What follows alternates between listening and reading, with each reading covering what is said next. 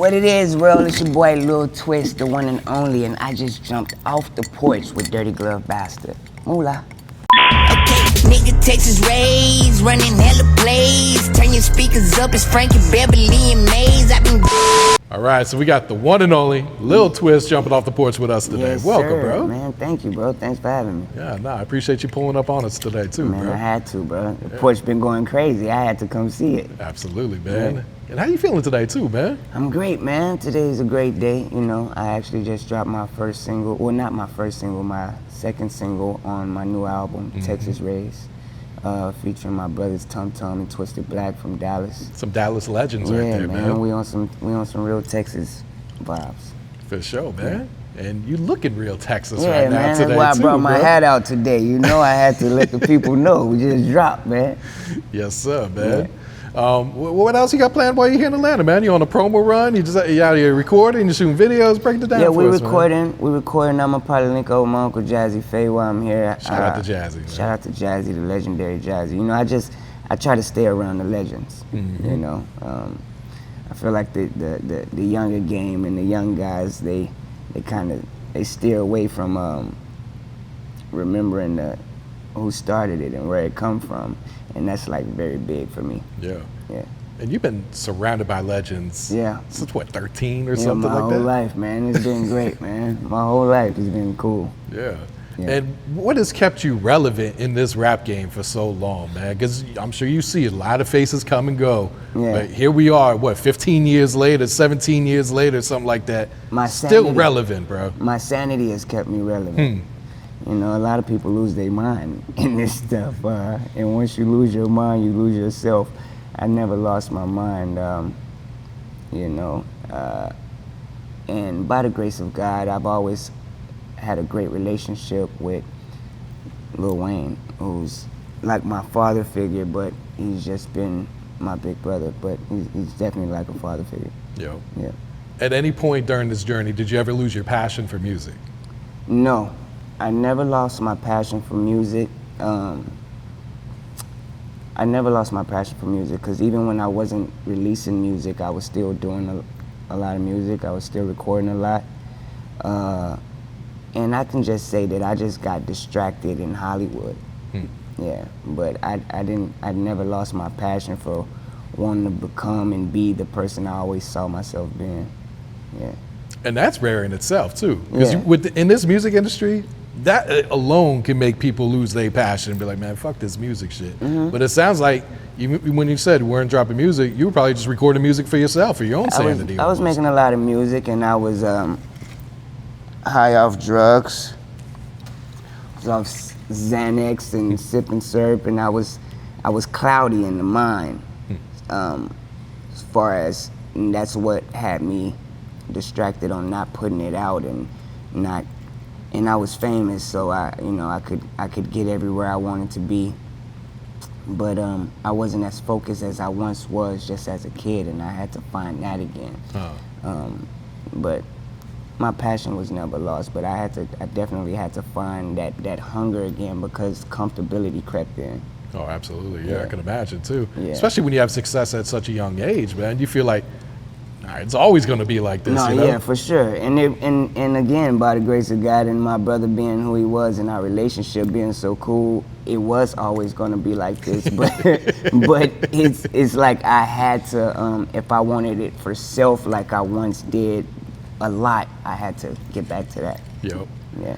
Was there a breaking point, you know, when you were battling the addiction and everything that you was like, man, I need to put this away, man? No, and I wouldn't really say it was an addiction as much as just something I just wanted to do because it felt good. It probably was an escape from not having the answers for certain things, on just getting the music out or whatever. I don't know why I was doing the shit. But I was doing it.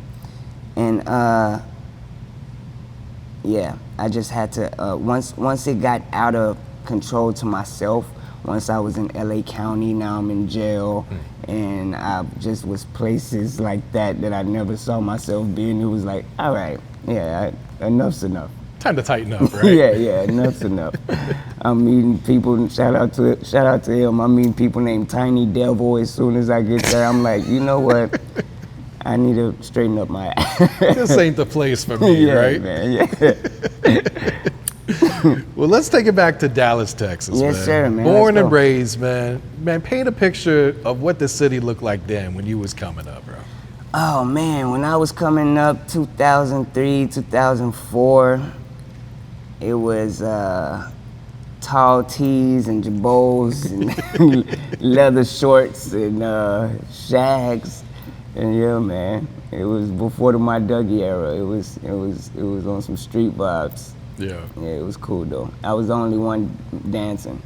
You was the only one dancing back then, at really? that time, yeah, I was like the first person to come with like a dance song in the modern era of Dallas music. Yeah, like Texas Twist came in '04 and everything else, as far as dance-wise, came after that.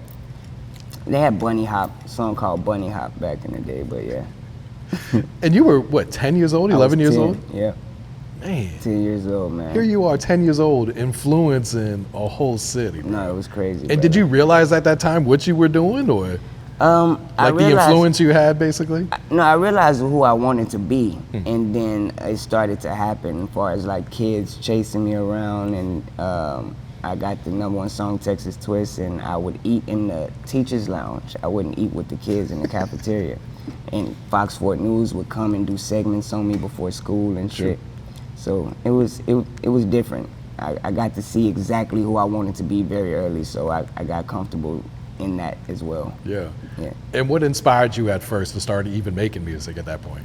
I wanted to be a preacher when I was 5 years old. I used to imitate this pastor named Pastor Gibson, and he used to preach really entertaining. Like, he passed away, but he used to be on stage, and he was like the Southern black preacher, like screaming, and the music was going crazy. So at like 5 years old, I would go home and imitate that, and I wanted to be that guy. That's how I knew I wanted to control the crowd, by doing what he was doing, and that's where my relationship with God came as well, through the music and wanting to be a pastor. And all my cousins are older than me, so I just ended up following them and rapping, and God bless me. And was your family, like your parents, were they real supportive of you doing that at such a Yeah, young my age dad too? was in the streets. My dad got, he has a long time in jail right now, and my mom has always been my main support. She's never told me no to chasing my dream. Yeah. She let me move out of her house at 14 and move with Moved to these guys- Miami, right? These guys that she didn't know, to Atlanta. Oh, to Atlanta, okay. To Atlanta, yep. When I first got signed, I came here. Oh, shit. Yep. Bro, what was that experience like, man? Man, I remember leaving school, 3:45, bell ring, and Cortez Bryant calls me, and he's like, Wayne wants you to fly to Houston. And that was my first time actually meeting Wayne in the studio. Really? And, Okay. And I went to Houston, and that was the first time me, Nicki Minaj, Kid, Lil Chucky, we all met for the first time this night. And when we walked in, Wayne was recording the third verse to Mr. Carter. Oh, wow. Yeah, so that was the first verse I ever saw him record. What a legendary verse, right? Exactly. And after that, we all recorded a song that night, and I probably went back home, and Tez and them started saying, yo, we want you to move to Atlanta, like we really gonna sign you. Oh. So they took me out of school, and I moved to Atlanta. Yeah. And it's just been crazy, man. It's been a wild life. Tez was never here. He had a condo at the 12, so I was just 14 with my own condo. You had your own condo? Yeah, basically. Because he was never there, right? He was on never the there. road all the Yeah, time. me and my probably. little bro Zay would just be at the crib all day. It was crazy. Going back to that first session, like, man, what was the energy like? How were you feeling at the time? Were you nervous, or were you prepared? Like, this is my moment type shit, or? I was nervous.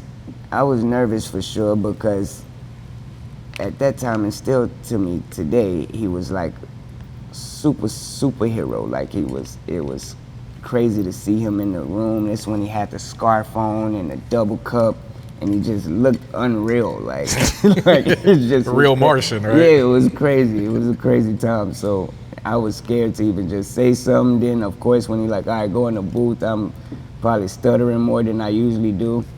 And believe it or not, I still have that due to my respect for my brother and the love that I have for him, and maybe just that same feeling that I had at that session that day, I still get that feeling working with him today. Like and I think it's because I'm thinking I want to be so great in front of him. I don't want him to not like it. So it kind of gives me more butterflies than I normally have. Oh shit. Was he giving you any pointers during that first session, or was he just kind of let you do your own thing? He let me actually, sorry Chucky, if you're watching, he actually had to help Chucky, he didn't have to help me that night, so that was the good thing. And I ended that song off. He let me end the song. I think Nicki started it, or Kid started it. What song was it? It never dropped. It's a song that never seen the light of day. Oh, shit. But it was one of the songs that, it was the first song that me, Nicki, Kid, and Chucky did, and Wayne was on it. And Wayne was on it too? Yeah. Bro. I remember him saying, and here's the twist, and then I started rapping. Oh really? Like he kind of introduced you? Yeah, he introduced me, yeah. Well, that's hard right there. I'll find it. I'm gonna try my I was gonna say, do you got a copy of this? Yeah, I gotta try to find it. Tez probably has it. I'm sure he does. Yeah, Tez probably has it, for sure. And taking a step back further, how did you get on, Wayne and Cortez's radar at that point? So Tez was, Wayne was, hit my blunt. He was opening up for Young Jeezy on the Street Dreams tour. And probably 2007 or 8, or maybe even 6, whatever. It was around that time. But he was opening up for Jeezy on the Street Dreams tour. And due to me having that #1 song in 04, I would get backstage passes all the time to these concerts in Dallas.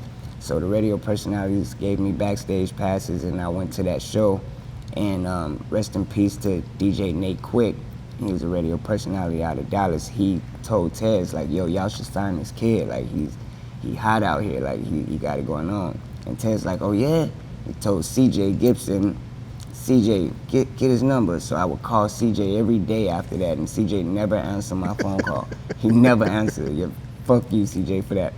He never answered. In the following year, Lil Wayne had a show in Tyler, Texas, which is an hour away from Dallas. And my little bro Zay called me, and he was like, yo, the promoter said if you come down here tonight, we could perform at Wayne's show. So my mom drives me an hour down there, and as soon as I get there, basically I see Tez walking off the bus. And I walked up to Tez like, yo, you remember me? He's like, damn, I do remember you. And I was like, can I perform? And at that time, the promoter was walking up, because I missed a part in the story. The promoter, halfway to Tyler, Texas, the promoter called and told us, Zay called and told me that we couldn't perform no more. The promoter told him that we couldn't perform because Wayne was running late. My mama like, we already halfway here, so let's go. We're gonna keep going. We get there, and Tez is the first person off the bus. And so I ran up to him, I'm like, yo, you remember me? Like, I do. The promoter walks up, and he like, yo, little bro, I told y'all can't perform, man, like the time. And Tez was Wayne's DJ at the time. And now that I know my brother, Wayne up there doing Lord knows what on the bus, and Tez like, nah, I want to see what he got. Like, stalling for Wayne probably still. He's like, I want to see what he got. So he walked me to the stage, and he set it up. He was the one that got his turntables up there, played my music. I rocked it, and it was like the crowd. It wasn't even, the song that I performed wasn't Texas Twist. It was some new songs that I had. And the crowd just reacted so well, man. It was like destiny, it was God. And as soon as I got off stage, he was like, yo, we really gonna want to sign you. And now when I called, they start answering the phone. Did you get to meet Wayne that night? I got to stand on stage with him, but Okay. I didn't shake his hand or nothing, yeah. Yeah, Wayne was a superhero. He was crazy. He was crazy. So the studio session, that was your first time actually That was my really first meeting time, him yeah, then? And that was after, and I didn't know that he listened to my music or nothing. Like, that was all Tez saying, yo, we gonna want to sign you. And then one day leaving school, 3:45 bell ring, Tez just randomly called like, Wayne wants you to come to Houston. I'm like, what? They're like, can you can go? I'm like, hell yeah, I can go. He's like, no, you can't, you got school. I called my mama, I'm like, mama, Tez just called, said Wayne want me to come to Houston, can I go? She's like, hell yeah, you can go. So I went to Houston. Shout out to Moms, yeah, man. shout out to Moms. And it ain't never been the same since. Shoot. So what's her reaction when you like, they want me to move to Atlanta? Man, she probably had my bags packed already. I don't even remember how that happened. I just remember waking up in Atlanta. But she was all the way with it, obviously.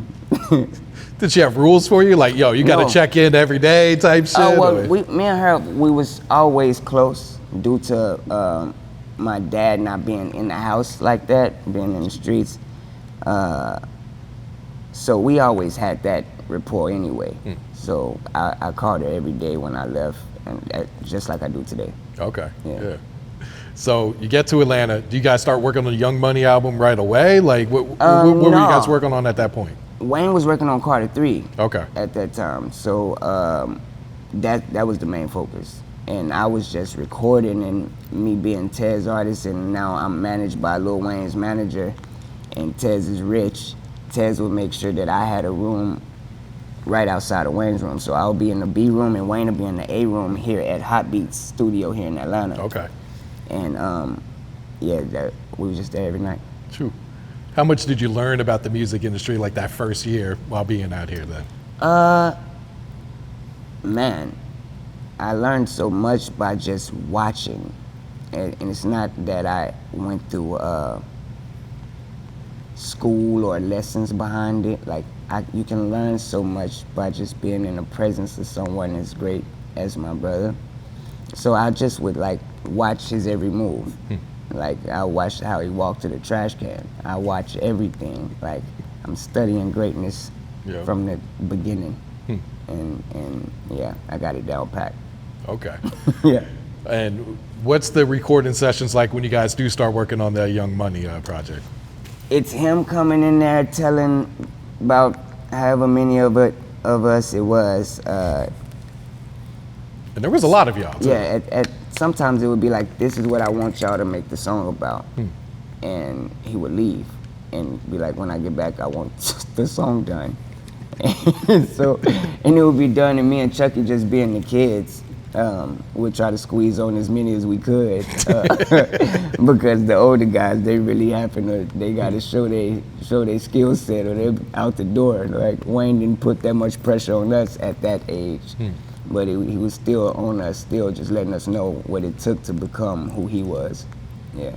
Was there a lot of competition amongst the artists? Oh, Like, definitely. And Nicki Minaj would be in there, crisscross applesauce on the couch, killing all the guys. With a bonnet on or something, just going crazy. I'm running around with a mohawk, friendly fire, man. That's gutter battle. was the relationship with with the artists, was it mostly positive? Was No, it there was some all guy po- no, artists it was like all that didn't positive. get along or anything? It was or- all positive. Okay. Me and Jay Mills would butt heads a lot over 2K. And he's just a loud New York person, so Yeah. he just used to get too aggressive over anything. So me and Mills would butt heads, but everybody, it was really like a family thing. Okay. Because, I'm thinking everyone's from different backgrounds, Yeah. a lot of different cities involved Yeah. in there. No, it you was can't really- possibly expect everyone, to be buddy-buddy. you No, know it what was I'm really saying? family because of how much we respected just the blueprint of Cash Money already. So when we came in, it was really just learning the ins and outs of how the building is ran already, and us being as cool individuals. It was cool. It was easy to be family. Yeah. And the Young Money album drops. What's going through your mind when it comes out that first day, man? Oh man, bruh, I don't know. Life was just really a blur. It was just going really fast at that time. Every girl in the world, Bedrock, Carter 3, the huge tours we was on, I Am Music, America's Most Wanted. It's going crazy. So I don't know. I was just enjoying it, and I was the one with the mohawk that everyone knew. You stood out, that's for sure. Yeah. So it was crazy. Yeah. You remember your first time meeting Birdman? Man, first time meeting Stunner. Probably the first night. It was probably Wayne's birthday. He had a birthday party with him, Joel, him, Young Jeezy, and I think it was Joel's like years ago, like 09, 08 something, in New Orleans, and I think that was the first night I probably met Birdman on his boat. Shit. Hell of a place to meet him. Yeah, on his boat, and they had Jeezy and Wayne had a birthday party together. I think that's how it went, but yeah. Were you able to build up a relationship with like him and Slim, or were they just not? Yes. Okay. Yes, for sure. Birdman is still, I still consider him my Uncle Stunner, Uncle Slim. That's how I approached him. Yeah, for sure. Due to me and Wayne having the relationship that we had, and they see how Wayne took me under his wing, I think that's what allowed me to get even closer to them as well. Yeah. Like they was more intrigued on who is this kid Wayne actually fuck with. Like, so yeah. And what do you think Wayne saw in you at that point to really make him want to take you under his wing? Himself, in a lot of ways, of being this good kid, raised right, great mother, chasing his dream, and really want to be what he set out to be, and I think that's what it was. Yeah. And he's made sure that I actually, this whole while, I wish y'all could have been a fly on the wall to see how he thinks I'm really his son. Like, it's like, I gotta do everything this way, like, and I've done it that way. Yeah, I was gonna ask, like, how have you guys remained, kept this close relationship intact? Because a lot of artists that were on the label, you don't see them around Wayne no more. Yeah, man, I don't know, man. It's just I'm just a great guy, I'm a cool guy. I got a big heart, man. And anyone who gets to know me or get to meet me, no matter all walks of life, I think I leave the same impression on everyone. And by the grace of God, the desires of my heart was to be this famous rapper, and God brought me to the most famous one for us to get a relationship. And yeah, I left the same impression on him that I left at this lady who owns a restaurant, who's a white Jewish woman up the road. I just have that touch on people. It's that charisma, man. Yeah. Did you and Wayne ever butt heads, whether it was like on a personal level or a business level or anything? Not like that. No, he's just always been like the father figure. Like when I was doing the Xanax I mentioned earlier, and I didn't stop when he told me to, that's when it got crazy. Like just far as him snapping, letting me know. And I think that was the first time he told me that he loved me. He like, nigga, I love you like a son. He's like, but what's gonna suck is for you to be around all of this and not be able to touch it because I wasn't listening to him. So he's like, you ain't gonna go nowhere. I'm gonna keep you right here. You're gonna be right here next to me, but what's gonna suck is you ain't gonna be able to touch none of this shit. He was like, and so that's also what got my act together too. Like, you know it's what? that tough love. I right might there. need to put this down. Yeah. No, that's understandable, man. Yeah. So Young Money album drops, then we start rolling out your singles, man. Little Secret. Yeah. You and Bow Wow getting in the studio together for this one? How'd this one come out? Yeah, this was at a time that Bow was signing the Cash Money, and he was at a room down the hall at the Hit Factory, and me just knowing the vibes I got as a little bro, I was just busting your session like, bro, give me a song, and that's how that one went. And Bow like, all right, bro, give me like an hour, I'm gonna come bring you something. He brought me Little Secret. Really? He brought that to you? Yeah, he brought me Little Secret to my studio, and I did it. And then I went next door. This is when Wayne's studio was right here, Birdman's studio was right here, my studio was right here, and Bow was in the other building. But me, Wayne, and Stunner's room is connected through like a hallway at the Hit Factory. So I finished Little Secret, went through the hall straight to Stunner's room, like, Uncle Stunner, I want to put this out as a single, and next week he'll have a whole video set with trailers and everything. It would be crazy. Every time, like anytime, my next single, New Money, I go, as soon as I do that, I go straight to him, Uncle Stunner, I want to drop this. That was his favorite song. And he was like, oh yeah, that's my favorite one. He loved New Money, so same big old rollout, man. Yeah, it was great.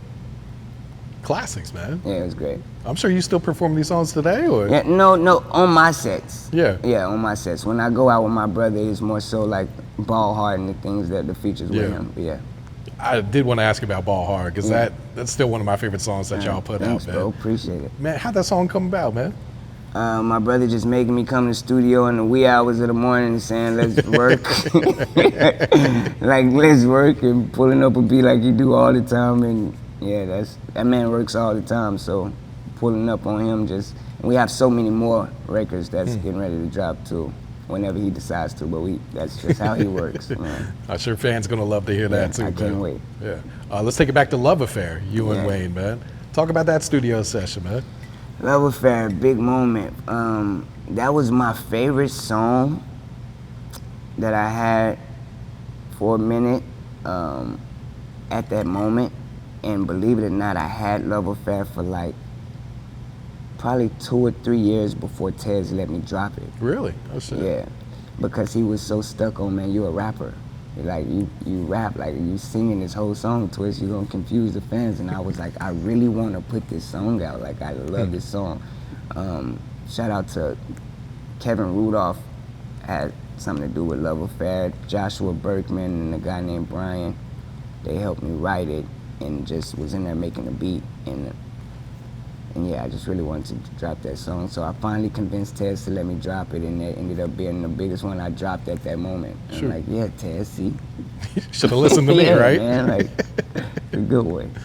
And then you get named XXL Freshman with the legendary class too, when you look back on it, man. Yes. Man.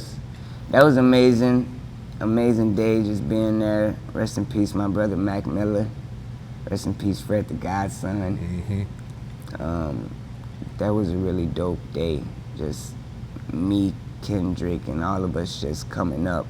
And at that time on that day, I remember me pulling up, and I was the most known one at that time, just from YMCMB being so huge. So I remember walking in on my superstar shit, and now Kendrick and all these niggas is so huge. I hope they don't fault me for that. I was walking in like, yeah, what up? Who are y'all? YG, all right. Nah, those are all my guys, though. And what was your reaction when you got word that you was going to be one of the freshmen? I was in St. Lucia, me and Justin Bieber. Sorry to just be stunting. I was in St. Lucia, and my publicist, Sarah Cunningham from the Chamberlain group, she called me, and she was just screaming like, oh my God, you made the freshman list. And I was just so excited. Yeah, me and Justin probably just turned up over there in St. Lucia. Yeah. And how did you and Justin first connect and everything, man? Me and Justin first met through this guy named Jamin Najjar here in Atlanta. Yeah, a young kid they used to call Richie Rich, probably still do, but he was very popular in the rap industry. Young white kid with a lot of money. His pops was popping, and he just used to come around and be stunned with all the famous rappers at the time. Jock, Gorilla Zoe, everybody knew Richie Rich, and so I ended up meeting him, just being Lil Twist and coming up. And I would go to his crib, and his house is one of the biggest houses here in Atlanta. And one day he's like, yo, this kid named Justin Bieber just signed to Def Jam. He's trying to come see my house tomorrow. Like, I want you to be here to meet him. And I was like, all right, bet. And so I pulled up, and that's how that happened.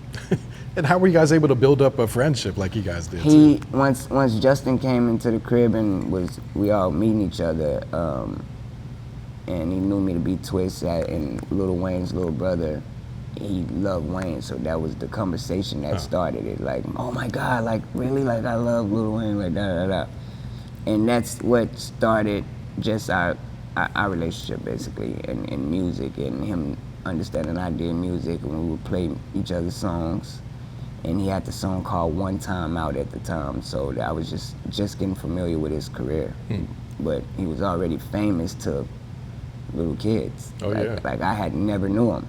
Like, I never knew of his name, but he couldn't even sit up in the back seat when he drove in the car. Like, he had to lay down. Like, all right, bye, y'all, and then he had to lay down because he couldn't be seen in the car.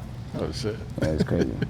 The record Twerk with you, him, and Miley Cyrus. Yeah, man. so how Twerk came about, Justin and Miley had been twerking all week and month on TV, and so she came to the studio with us, and I'm probably upstairs chilling, smoking, and they did Twerk downstairs. And when I came downstairs, Justin like, you know what? This gonna be your song, Twist. Like, you get on this song and you should have this song. And I was like, nigga, what? Like you and Molly, all right. And yeah, that's how that happened. That's how that happened. Yeah, just like, yeah, this your song now, bro. Like, all right. What'd you think of the song when it got done? You realized, like, this is What? a hit right here? Like, what are you Yeah, thinking? What? I was loving it. I couldn't wait. But, you know, the powers that be that was hating on me and my little bro's relationship, they, of course, shut that down, and that didn't get to see the light of day like it should have. Yeah. They, like, ended up pulling the song? Because I know it dropped, but... Yeah, it leaked, but we didn't get to get behind it like we had the idea when we were making it. Yeah. Just imagine. Yeah. Yeah. This probably would have been a life-changing song. No, you know? for sure. Yeah. Yeah. And how did you end up living out in L.A.? Another Justin moment. I was living in Miami, and now me and Justin just best friends, and he called like, yo, bro, the house is being renovated in LA, like, you should come fucking move to LA. And I was like, I bet. So I left my condo in Miami and moved to LA. And yeah, that's how LA came about. That's how LA came about. I was tired of Miami because it was such a routine. I think just being young, because all we would do was the Hit Factory every night, Club Live Sunday, King of Diamonds Monday. And in my free time, I would go to the beach, or I would go to Berry University and go hang with some girls, just go see some females at Berry. And that was what I did in my fun time. So outside of that, that was my routine. So I got really tired of Miami. It was like, as soon as Justin called about LA, and I used to love going to LA. Every time we went to LA at that time, just as a kid, LA was like a holiday. Like, we couldn't wait to go to LA. Like, that was huge. So being able to move there, I couldn't wait. What's Tez's and Wayne's, thoughts when you tell them you're moving to LA? Were they like, man, this is a good opportunity for you, or not, stay closer where we can keep an eye on you type shit? Or it's always been basically just, I've always been able to do what I want, and to an extent. But yeah, they had nothing to say about me moving to LA. Okay. I just told them I'm about to ship the Jeep to LA, and I'm out. And I did. what Jeep did you have at the time? Say it again? What Jeep did you have? Oh, at the the Wrangler. Time? Okay. Yeah, I had the Wrangler. We take the doors off. I used to always see Puff riding around Miami, and him in like four Jeeps. This is when Rick Ross had the MC Hammer and the BMF song out, and they'll be riding around Miami with these Jeeps with no doors on, and I was like, I gotta get that. So I went to my Uncle Stunner. I had a C300 Benz at the time. I had a Benz, and once I seen that Jeep, I went to my Uncle Stunner down that hallway I told y'all about and said, Uncle Stunner, I really want a Jeep. He took out his little pocketbook, his checkbook, he wrote me a check, told me to go get it. I went and got the Jeep the next day. That's hard right there, Yeah, man. Yeah. Birdman, a good guy. Yeah, what was your experience like living in LA at that time, man?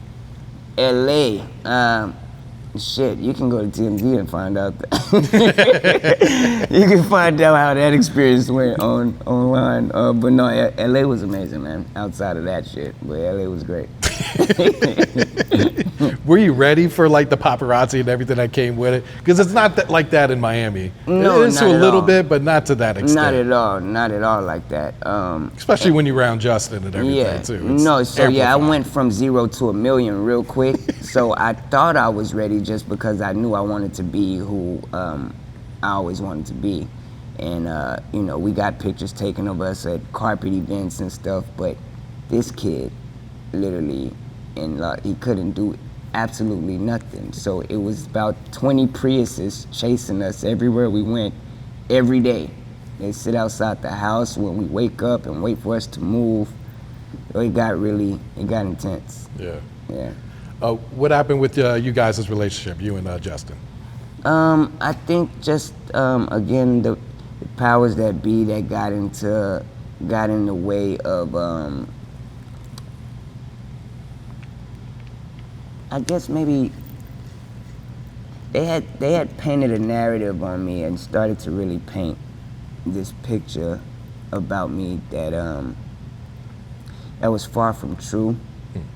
But it was something that was important for them to do because of, I guess, the influence that I had on Justin, in a sense, or just him being my little brother. And the influence I had on him had nothing to do with what they would type up in the media. It was more so things that I could put him on game about, that I felt that these guys were doing in the wrong. And I would be telling him this early just because as if you remember in the story, I'll tell you, I watch Wayne, I watch everything. So I'm watching how he communicate with his team. And so sometimes, being honest, I would go back to Justin and be like, nigga, my big bro would never do that. Like, you ain't gotta do that. Like, and from me telling him that, he would call his managers and like, I'm not doing it. And they knew it had to come from this little black kid. This isn't how he been acting. It's gotta be this little black friend he got around here. So that's where it started to go bad. And yeah. Do you feel like he kind of got influenced by them telling him that then? Yeah, because his relationship with his people was just as close as my relationship with Cortez was. So over the time, once they started to seem as if they was gonna distance themselves from him unless he made a choice, it only made sense for business. I would have rathered him do that for, like, how they was trying to make it seem they was gonna do his career so early. Yeah. Yeah. Was there like a big falling out, or was it just like a slow distance? Yeah, between not you a two? big falling out at all. We still speak to this day. Okay. Yeah. Okay. Yeah. Dealing with fame that young, man. How'd you deal with everything too, man? It looked like you embraced it for the most part, Yeah. but I'm sure it probably got to you at some times too, man. No, it never got to me. The only time it got to me was in jail. Just me noticing that this was never a part of the story. I drew this part in myself, just with being distracted and being high, not paying attention and staying on track to who I knew I've always been. So, but as far as the fame, I knew what it was going to be really early. Yeah. Yeah. And you had to go sit down for what, a year? 2 years? Yeah, it was a year on paper, but due to LA's overpopulation, I did 2 months. 2 months. Yeah. Well, that's not too bad. Yeah, it's good. But that's every day seems like fucking 2 years in there. Coming from sitting on the jet with Birdman to sitting next to Tiny Devil and shit. It was crazy. it was crazy. So what was your biggest takeaway by having to sit down for those 2 months, man? That the way I was moving wasn't how I had to be or how I should have been. Before I went to jail, I always needed about 6 people around me because I felt I needed someone to be doing something. I had my weed rollers, I got people to help me with bags. That's what I saw my brother do. My brother got a team of people, so I had everything the same way. I need 4 people around. And it was like, once I was sitting in a cell by myself, it was like, none of them are here. Like, I really didn't need none of that. Like, that's all was just draining and kept me distracted on not actually becoming who I need to be. Yeah. And up until this point, like, there was still not a solo album Right. from Cash Money with you. Right, because why so? Because Wayne pulled it. During that time, I was telling you about the story of him telling me he loved me like my son. I was working on Don't Get It Twisted at that time. And I had Love Affair, New Money, all them songs out, but I'm pulling up to 106 in Park, faded, loaded, and the world never could see, but that was just my personal, that was what I did on my own time, and my brother just stopped liking it. It was something that got out of hand, even in his eyes, to where it's like, no. And I didn't stop, like I said, when he had told me to. And so that was like the punishment. And when you learn of the punishment, do you lash out? Did you understand it at the time? No, no. I think I missed a part in the story. So I had just got a condo. My brother had just bought me a new condo in Miami, and this is all happening at the same time. I just got a brand new condo, and then this happened. That conversation happened. So, in that time before I went to LA, I made a pit stop.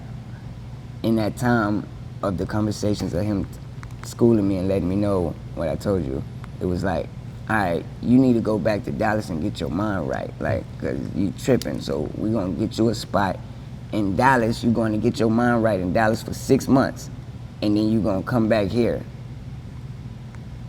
America, don't judge me, please.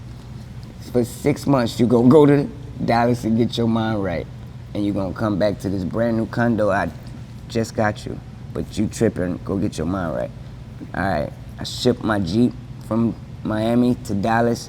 Now I'm back around people I went to school with, and of course I didn't tell them niggas I'm here grounded right now, guys. I done made it seem like, yeah, I just came and bought a house in Dallas, and nigga, we turned, and I didn't stop doing what he told me to go to Dallas to stop doing. Now I'm in Dallas doing the shit I was doing in Miami, and here comes Justin calling. Hey, the house is being renovated, move to LA. So I never even went back to this new condo my brother had just bought me. I left Dallas and moved to LA. True. Yeah, so that's how LA happened. Me being in Dallas at my spot, they had just got me there, getting my mind right. After that 6 months was over, instead of me going to Miami, I moved to LA. True. Yeah. So you did the whole 6 months in Dallas? Yeah, I did the whole 6 months in Dallas. Yeah. Man, what was that like going back home? Like you popping at this point. So my brother is expecting me to come back to this condo, and he wakes up in Miami and see me on TMZ now. Jesus Christ. And I love my dog, man. My brother is my real brother, man. That's my dog, my twin for life, because he could have been kicked me to the curb for just being a young, wild guy, like just living life that he helped me start to live. And it's like, but he never did, never turned his back on me. Yeah. Yeah. Let's talk about the Carter 6 tour, man. Yeah. It's about to kick back off for the second leg or Yes, third, I don't sir. know, fourth leg. I don't know how many legs he's got on this. It's like going on 2 years, man. But what was the first leg like this Man, past it was year, man? fire, man. He actually had a whole new set out. Did way more with production this last tour, so I appreciated that. But it was amazing, man. Every tour since I was a kid has been crazy.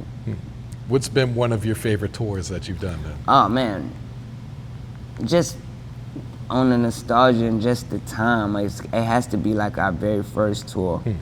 I Am Music, just all of us out there. Nikki would come from up under the stage with the big cotton candy wig, singing something about Roman, whatever she was singing, it was going crazy. The world was going insane. Drizzy coming out.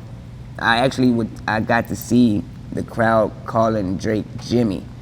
Like they would call him Jimmy first because he was more known as Jimmy from Degrassi. This is when he was going up there doing Ransom, and we would get off stage and we would go into the crowd to get the crowd love after the show, and everybody coming up like, Jimmy, can you take a picture? And they would call me Chucky because they knew Chucky's name first. So even though I just got off stage, I was still Lil Chucky to people. Like, Lil Chucky, look. I'm like, bro. My road manager at the time, Mr. Wayne, he'd be like, Lil Twist, that's Lil Twist. He'd be like, Lil Chucky, Lil Chucky. And you were around when Drake got signed, right? Like Yeah. on the bus and everything? Yes, at the Millie video shoot is when it actually got real. But it was on the road to Drake. Wayne knew he was leaning towards messing with him. He had heard his music already, but the day I saw it is when at the Millie video shoot. Yeah. How'd you feel when he would bring new artists? Like, damn, man, is he trying to take my spot, or is it, hey, the Drake more was the merrier type shit? Drake Or? was the main one that I was hating on, I think, because like I had already met Nicki and Kid, but I knew Drake was about to blow. I knew Drake was going ASAP, like, cause the word in the house was how cold he was. So me just being competitive and thinking that I was about to go too. I'm thinking my music is so great at that time. I've gotten so much better, but at that time you couldn't tell me that it wasn't the hottest music in the world. And everybody talking this Drake shit, so I'll be like, I'll be mad, I'll be hating, I ain't gonna lie. I'll make a diss song and I'll email it to Drake. You would send him your I would send him my diss, and every time I see him, he'd be like, Twist, stop dissing me, bro. That's my brother, man. Shout out to Aubrey. So he wasn't making diss songs back at you No, in a thank friendly God. competition. Thank God he didn't do that. He might be subliminally dissing me now. I gotta go dissect the album. I gotta go see he petty like that. He probably didn't jab me in one of these songs. Well, let's fast forward to the new single with you and Wayne, man, Addict. Man, how long you guys been sitting on this? Is it brand new? Break this down. How did this song get made, bro? Addict. When did I do Addict? I did Addict probably a year or two before we went out on tour and did it. The first Carter 6 leg. Okay. So yeah, I had it for a little bit, but it was fresh with him on it. He wasn't on it. Oh, it was just you on it Yeah, at yeah, first. yeah. And then I ended up just putting him on it as well.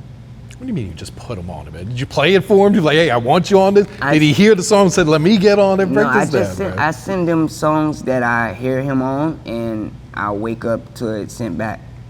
and the ones that he don't send back, I just take he didn't like that one. But because the ones that I do send, without me even saying, yo, you want to do something on it, I'll send him an open verse, and he already know, and either he send it back or he act like he ain't heard.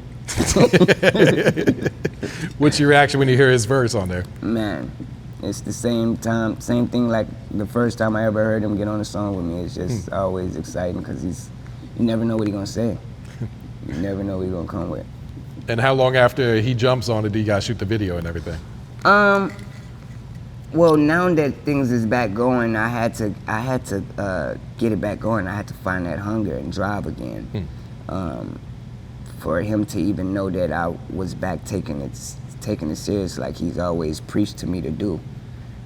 So now that has been a thing that I've really been locked in on, it's taking no time. I'm turning these videos around ASAP. The label is back in full support, and it's like we just been waiting on you to do your part. Yeah. How does it feel to be like fully back in this shit now? It feels great, man, because I've grown a lot. So I feel like I needed to go through just that time, and by the grace of God, I've been able to keep my relationship with my brother, and I think it's time now because I've went through enough. Yep. Yeah. And so let's talk about Texas Raised, man. Yes, sir. What made you want to bring it back to Texas for this one? I had to, it's a lot of people around the world who thinks I'm from New Orleans. Like the man came and took me from my mom. What people don't understand is that I was with my mama from birth to 13, 14. I've been with Wayne from 13, 14 to 33. I've been with Wayne longer than I was under my mom's supervision. Like I've been with this guy half of my whole life, more than I was with my mother. And that's sick. But that's me chasing my dream. And but anyway, yeah, a lot of people thinks that I'm from New Orleans. So I had to let people know that where it started, where I'm from, what blood runs through me, and it's very much so Texas. New Orleans is a home away from home. But yeah, I'm definitely Dallas, Texas.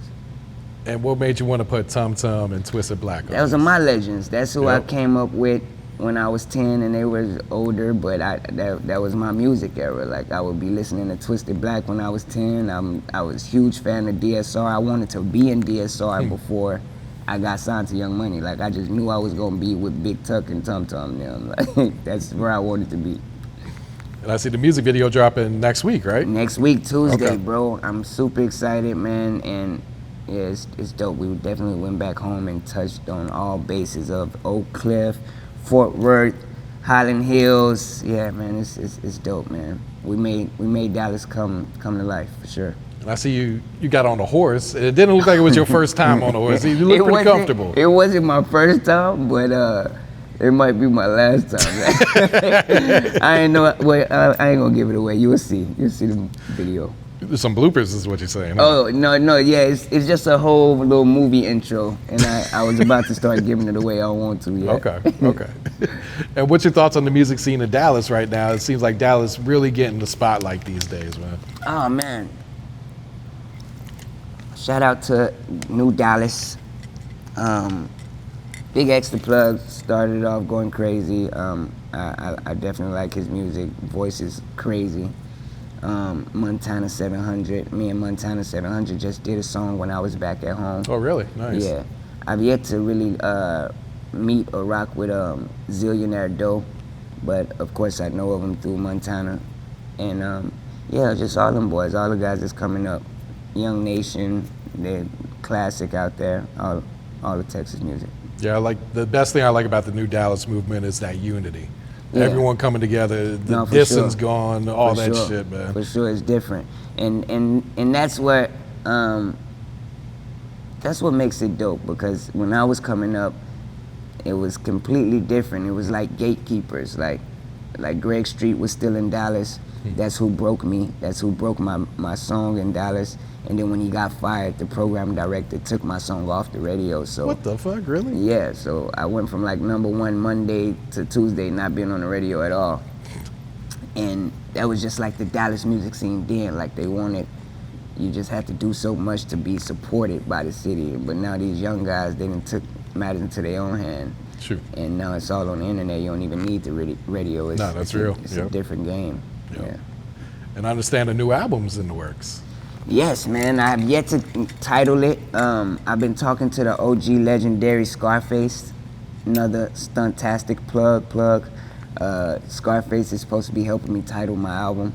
So we just been going back and forth, picking each other's brain. But that's the whole basis of my album. It's like I'm the last of a dying breed, and I want to make sure I pay homage and pay respect to where I get it from.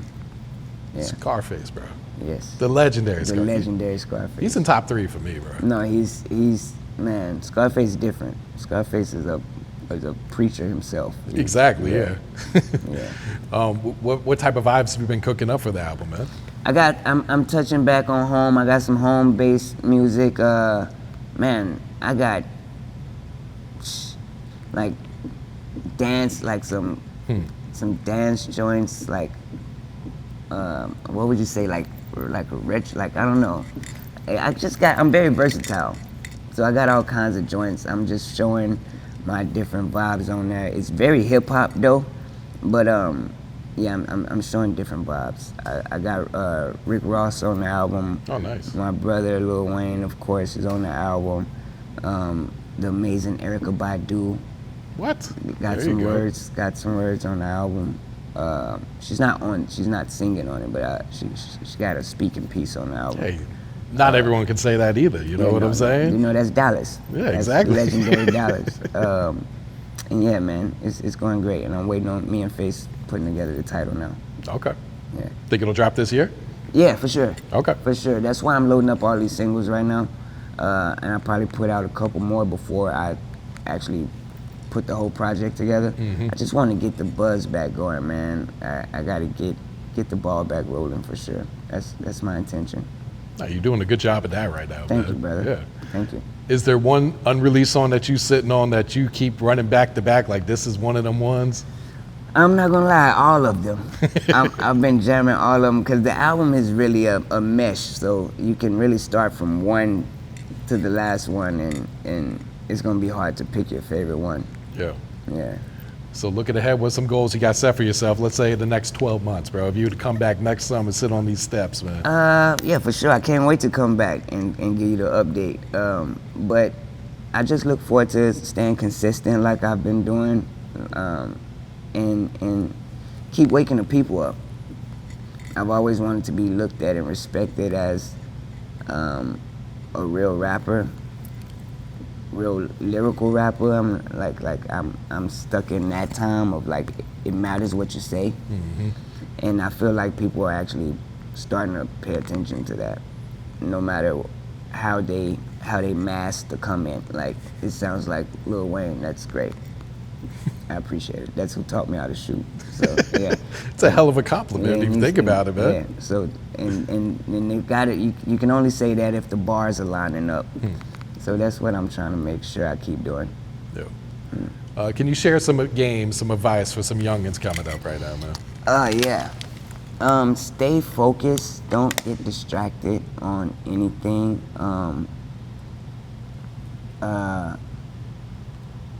And man, are there distractions. There's so many distractions in all kinds of different forms.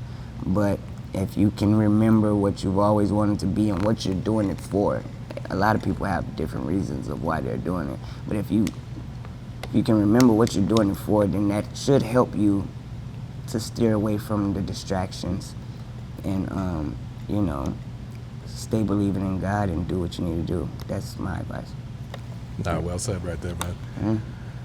Twist, anything else you're working on that you want the fans to know about, bro?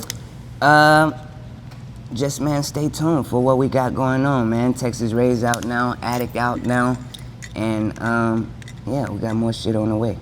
I'm just working. For sure. And I'm so thankful and appreciative you guys let me come to the legendary steps. Been watching this shit on YouTube. Appreciate that, man. Now I'm here, man. Nah, that's real love, bro. Yes, sir. Any shout outs you want to give before we wrap it up, man? Shout out to my brother Jinsu in the building. Shout out to my brother Christian in the building. Shout out to the whole Moolah gang. Shout out to my family. And man. Just everyone. I love everybody. Yep. Okay, nigga Texas raised, running hella plays. Turn your speakers up, it's Frankie Beverly and Maze.